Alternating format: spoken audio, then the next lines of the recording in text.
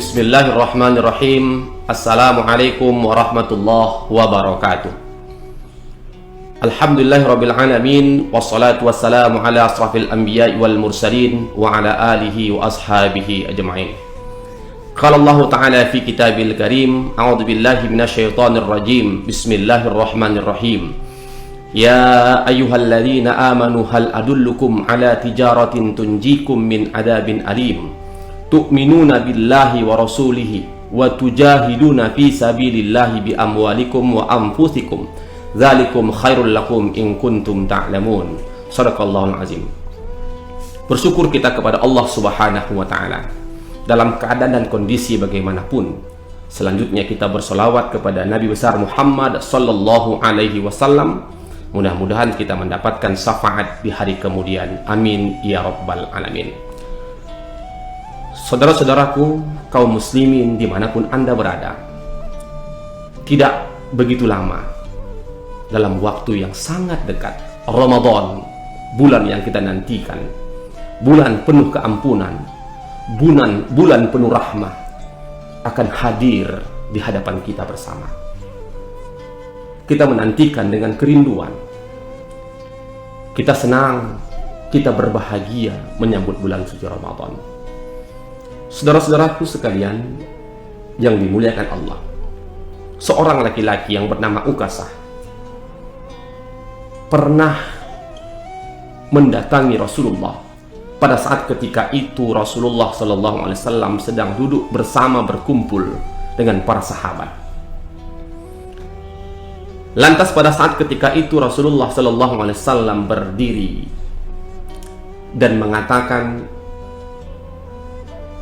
siapa yang pernah aku sakiti, maka hari ini kuizinkan bagi siapa di antara kalian yang tak ikhlas dengan apa yang telah kuperbuat karena pernah kusakiti, boleh memberikan perbuatan yang sama kepadaku. Bahasa lainnya, siapa yang masih punya dendam kepadaku karena aku pernah menyakiti dirinya, maka Rasulullah pada saat ketika itu mengizinkan untuk membalaskan dendamnya itu. Tidak ada satupun sahabat yang mengangkat tangan dan menyampaikan pendapat pada saat ketika itu.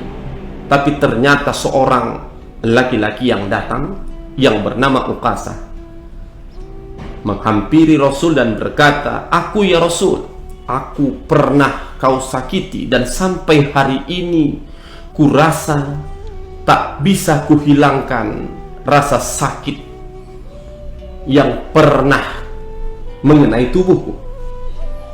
Maka saudara-saudaraku sekalian, bayangkan betapa marahnya para sahabat-sahabat yang ada pada saat ketika itu. Umar berbinar matanya, merah mukanya, marah tertuju kepada seorang laki-laki yang bernama Ukasah tadi. Berani sekali dia untuk meminta pembalasan kepada Rasul. Tapi apa kata Rasul? Biarkan. Silahkan. Kalau kau ingin berbalas dendam kepadaku, silahkan. Kemari wahai pemuda. Maka dia pun mendekati Rasul.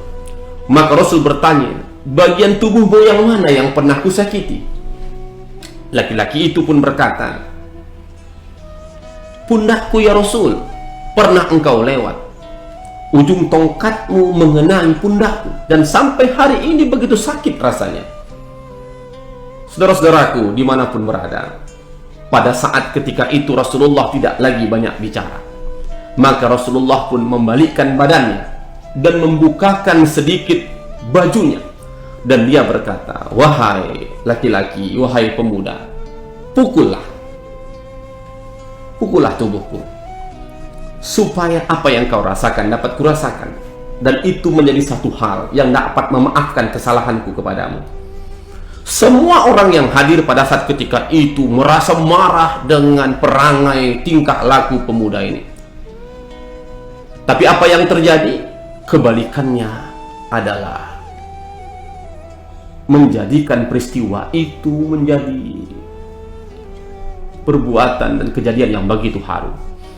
Di saat Rasulullah membukakan sedikit bajunya, Dan laki-laki itu pun langsung memeluk dan mendekap Rasul seraya mencium kulit Rasul dan berkata, "Ya Rasulullah, aku adalah orang biasa yang tak pernah mencium kulitmu. Ya Rasulullah, aku bukan siapa-siapa. Dari dulu ya Rasul, aku amat dan ingin sekali untuk mencium kulitmu. Tapi hasrat itu tak pernah tersampai ya Rasul, karena aku bukan siapa-siapa. Aku berbeda seperti sahabat-sahabatmu yang selalu dapat mencium kulitmu. Aku bukan siapa-siapa ya Rasul.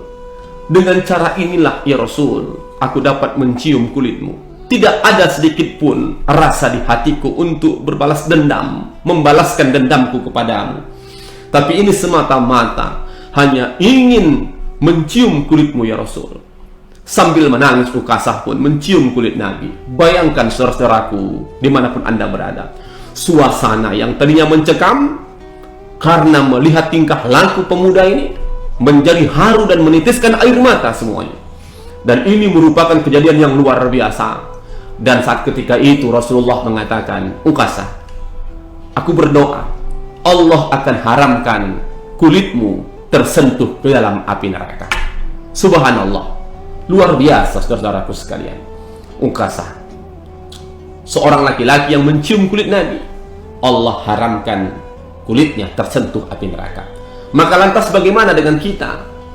Bisakah kita menjadi seperti Ukasah yang Allah haramkan kulitnya tersentuh ke dalam api neraka? Jawabannya adalah bisa, saudara-saudaraku.